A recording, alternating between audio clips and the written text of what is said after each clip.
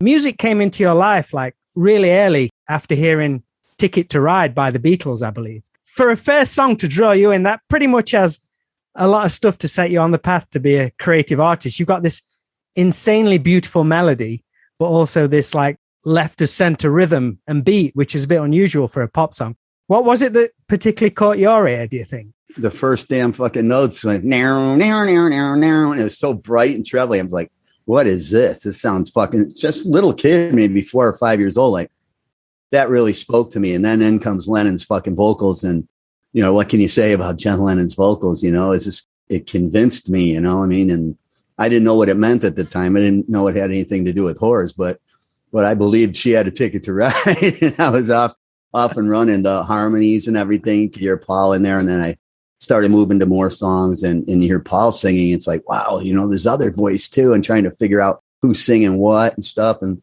wasn't long before I could tell, but I started learning harmonies and not learning them, but what they sound like at a very young age. I didn't understand exactly what they were and stuff. But by the time I sort of was trying to put that together myself, I just had such a knowing of, just from subconscious, just a knowing of how to do it. And through the years, I've been learning how to throw a third harmony in and like a fifth harmony in, you know what I mean? And really building. It's my favorite part of the whole thing, is building these harmonies and coming up with a cool guitar riff. Yeah. It always blows, the whole harmony thing just blows my mind, how people can figure them out like that. It's like people say, oh, can you sing a harmony on this? I'm like, whatever comes out is what you're going to get. There's an obvious harmony. If you know, if you're knowing what's going on, there's an obvious harmony to a melody. That's, as like I said, it's obvious. It's like you could sing that ride harmony. You just know that you're like a third or a fifth above everything. I still don't understand that shit. Thirds, fifths, sevenths, tenths. You know what I mean? But I imagine it only goes to eighths because there's 8 notes. But, you know, sometimes one note won't necessarily move and the other note's moving and one will stay there. And then to find that invisible harmony, which George always sang, which was that one you really can't pick it out. You can't tell what the fuck that note is. And so just to kind of turn myself on to that one there and focusing on that one, is like all of a sudden like, whoa, it's like the fucking choir. I'm like, yeah, listen to that. Listen to me. I'm fucking kicking ass. Is that the one that shouldn't work, but it does? Yeah, everything's wagging. Everything's wagging then.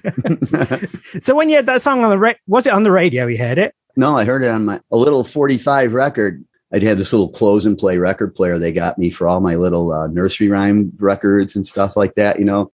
I fucking was done with those as soon as I heard Ticket to Ride. I'm like, fuck, Mary had a little lamp. Fuck the fucking little Puff the Magic Dragon, all that shit like that.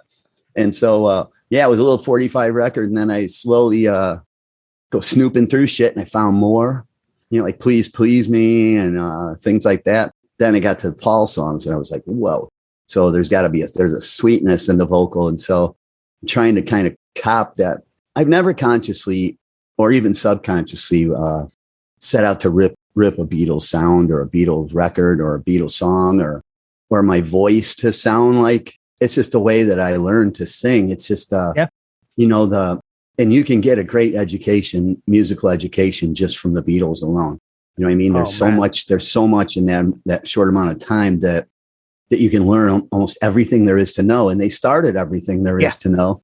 And so I figured that's a good building place for me, because it gave me a full education, a full understanding of how a song should be structured and how it's arranged. And, you know, you figure these things out and you know what you're talking about as you go through it more and more and more. Then came, when it was time to use orchestration and shit like that. It's like all that was in there too. I was like, wow, I can hear what this is. Like I said, it's something that you subconsciously or subliminally learn. And people say, "Oh, Donnie, you were just born with such a talent, and what you do is so effortless. And if I could do what you did, I would be the president of the United States and shit like that, all that stuff." But no, since I was, while you're out playing baseball and football and meeting girls and this and that, I'm in there in my room with a guitar in the mirror, studying fucking every single goddamn thing I could think of to do. Until it became like breathing, until it became natural, like breathing. And so all I need now is subject matter or inspiration, you know, or motivation and emotion. And a lot of emotions that I've felt, if I had to pick one emotion that I felt the most through my life, two of them, it would be lonely and scared. Those are the two emotions. I mean, you can be lonely. You can be lonely as fuck around 10,000 people. You could still be lonely. You could still be in here. And it just got to a point where I suffer from the worst anxiety. I have the worst anxiety disorder. I know a lot of people have it, but you don't understand it unless you have it, that it can paralyze you with fear. You know what I mean? And when you're a lead singer of a band that's got MTV and the radio and everything, it's with that. And then you get have propensity to try to medicate and make it do. And then the medication takes on a life of its own.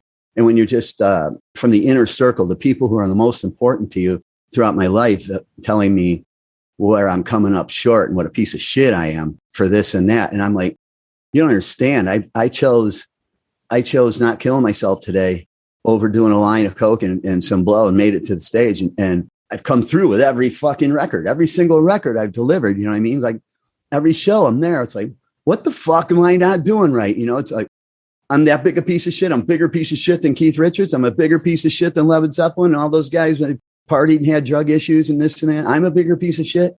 Well, and after a while you start believing it, and I have all the wonderful fans that let me know that, very affect them so positively and sweetest, most wonderful things to say. And, but the inner circle has always been rah, rah, rah, rah, and still goes on to this day.